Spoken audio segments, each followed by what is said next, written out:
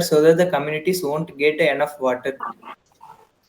Partially agreeing with the Arjit and agreeing with the Hariharan that the main reason that I feel for the water scarcity in our region is mainly because of the infrastructure, due to the reason of many places of having different terrains and water I is not able believe to reach. that the community engagement and the practices that are being followed by the different groups is the main reason for the difficulty to assess the water quality methods. So I feel that. I agree Partially with agreeing. partially agree with because point that water scarcity is there. But even after Jal Jeevan was implemented, the villages which they believe they don't get water, they are getting water because of some long distance transportation.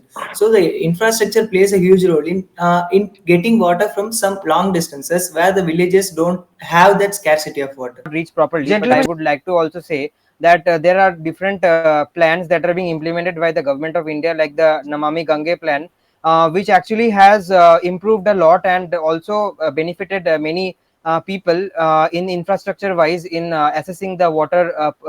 Public Wi-Fi education. Perseverance. Willpower. Basic ethics. Guiding you towards success.